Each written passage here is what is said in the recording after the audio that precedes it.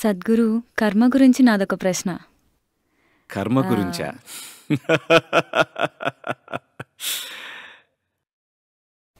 మంచి కర్మ చేస్తే చెడు కర్మ క్యాన్సిల్ అవుతుందా? ఇవాళ పొద్దునేం చేశారు మీరు?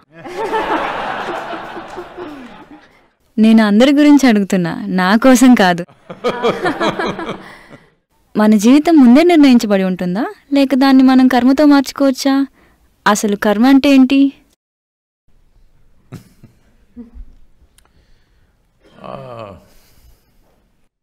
ముందు మనం ఈ పదాన్ని అర్థం చేసుకుందాం. నాకు తెలిసి ఇప్పుడు ఈ పదం ఇంగ్లీష్ భాషలో భాగం అయిపోయింది, అంతే కదా? కర్మ అనేది ఇంగ్లీష్ పదం. ఇప్పుడు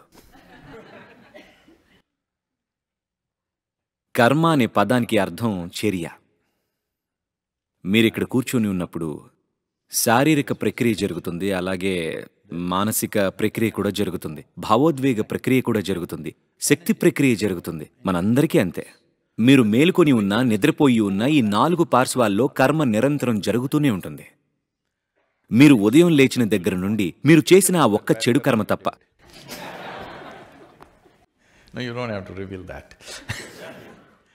మీరు ఉదయం లేచినప్పటి నుండి ఈ క్షణం వరకు ఈ కొన్ని గంటల్లో ఈ 4 కర్మలలో ఎన్ని మీరు చైతన్యంతో చేశారు చెప్పండి? నేను సమాధానం చెప్పనా? నేను ఒక్క పనిని కూడా చైతన్యంతో చేయలేదు. అవన్నీ అవే జరిగిపోయాయి. నేననేది ప్రతి మనిషికి అది 1% కంటే తక్కువే ఉంటుంది.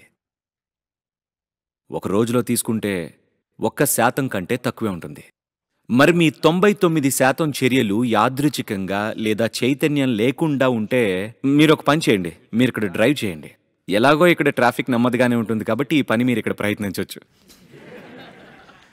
3 సమయం మీరు ఇలా కళ్ళు మూసుకుని హాయిగా కూర్చోండి. అప్పుడప్పుడు స్టీరింగ్ పట్టుకోండి. అంతే. 5 నిమిషాల తర్వాత మీరు ఎక్కడుంటారో చూడండి.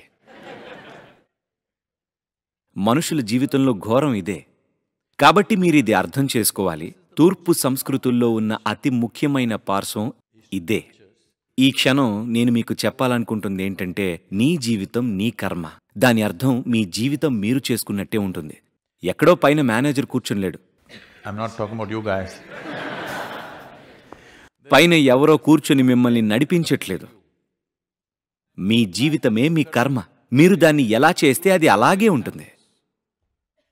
వేరే మార్గం ఏమీ ఉండదు. 99% చైతన్యం లేకుండా జరుగుతుంది కాబట్టే వేరే ఏదో శక్తి మిమ్మల్ని నడిపిస్తున్నట్టు మీకు అనిపిస్తుంది. సరిగ్గా డ్రైవింగ్ రాని వారంతా ఇలాగే అంటుంటారు. ఎవరినైనా గుద్దేసిన తర్వాత వెంటనే ఇదే చెప్తారు, నేను బాగానే డ్రైవ్ చేస్తున్నానండి, సడన్ గా ఏదో జరిగిపోయిందండి అంటారు. మీరు ఇది వినే ఉంటారు కదా. ఏదో జరిగింది, ఏదో మానవాతీత శక్తి ఆవహించి నేను గుద్దేశాను అంటారు. కాదు, మీకు సరిగ్గా డ్రైవింగ్ రాదంతే. అదే విషయం జీవితానికి వర్తిస్తుంది. అదే వర్తిస్తుంది కాబట్టి మీకు ఎప్పుడు గుర్తు చేసేవారు మీ పెద్దవాళ్ళు. ఈ తరంలో అది ఇక లేదేమో కానీ మీ అమ్మగారి తరంలో లేదా అమ్మమ్మగారి తరంలో మీరు నించున్నా, కూర్చున్నా కర్మ, ప్రారబ్ధం, ముక్తి, మోక్షం లాంటి మాటలే వినిపించేవి. అవన్నీ రోజువారి మాటలే. ఏవో ఆధ్యాత్మికమైన మాటలు కావవి, వాడుక మాటలవి. మీరు వాటిని తిరిగి తీసుకురావాల్సిన సమయం వచ్చింది. ఎందుకంటే కర్మ అంటే నేను చేసే ప్రతి పని, చెయ్యకుండా వదిలేసింది కూడా ప్రాథమికంగా నా బాధ్యతే అని గుర్తు ఎరగటం. మీరు నన్ను అడిగితే, ఈ మధ్య అందరూ నన్ను అడుగుతున్నారు కాబట్టి ఇది వరకు నేను చెప్పిందే ఇప్పుడు మళ్ళీ చెప్పాల్సి వస్తుంది. ఎందుకంటే అందరూ అదే ప్రశ్న, మీ లక్ష్యం ఏంటి అని అడిగితే నేను నా లక్ష్యం ఒకటే అంటాను, మతం నుంచి బాధ్యతకి మారడం అంటున్నాను. మీరు అది ఎక్కడో ఉంది అనుకుంటున్నారు, కానీ అది ఇక్కడే ఉంది. ఇదే కర్మ అంటే. మీరే మీ జీవితానికి మూలమని మీరు అర్థం చేసుకోవాలి. ప్రపంచంలో మరే శక్తి పనిచేయడం లేదా అంటే చేస్తుంది, కానీ దాన్ని అర్థం చేసుకోవాలన్నా పొందాలన్నా మీ మీద ఆధారపడి ఉంటుంది. అవునా కదా? హలో, ఆ శక్తిని పొందడం మీ పని, లేకపోతే ఇంక దానికి అర్థమే ఉంది. కాబట్టి కర్మ అంటే అర్థం మీ జీవితం మీరు చేసుకునేదే అని. వేరే ఏది దీన్ని నిర్ణయించలేదు.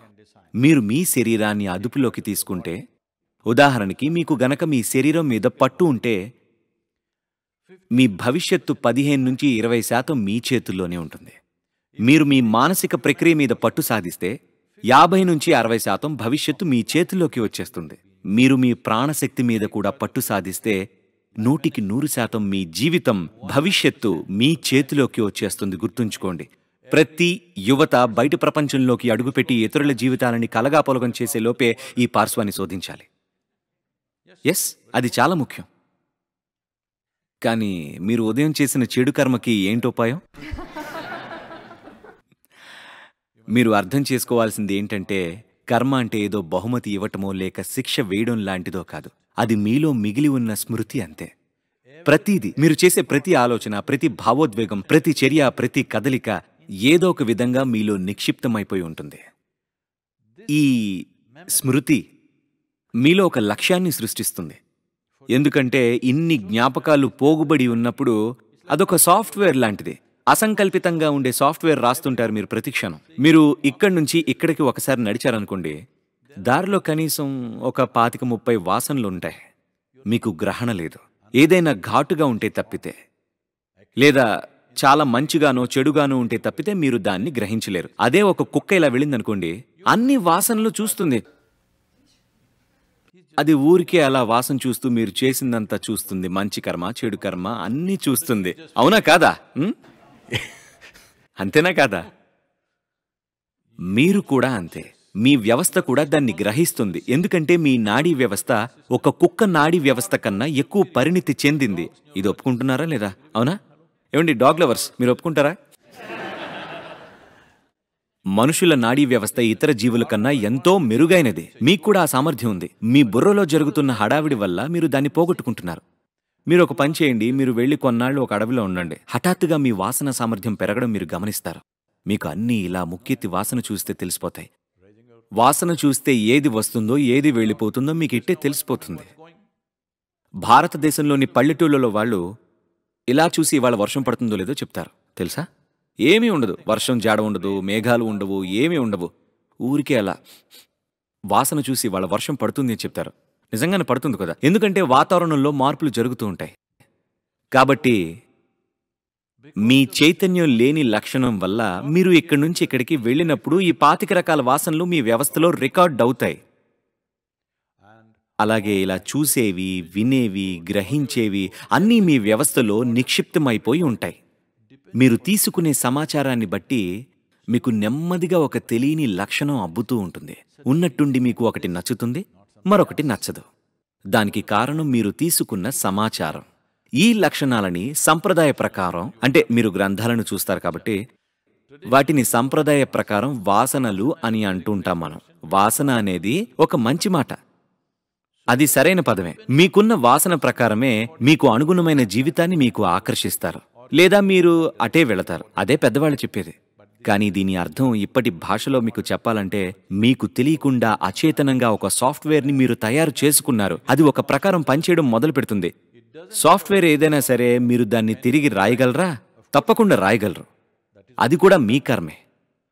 మీరు చేతన లేకుండా చేసిన చర్యలు మీ భవిష్యత్తుని, మీ జీవితాన్ని శాసించడానికి మీరు ఒప్పుకుంటారా? లేక మీరు చేతనతో చర్యలు చేస్తూ మీ భవిష్యత్తుని, మీ జీవితాన్ని మీరే నిర్దేశిస్తారా అనేది అది మీరే నిర్ణయించుకోవాలి. For more videos like this, subscribe Big TV channel.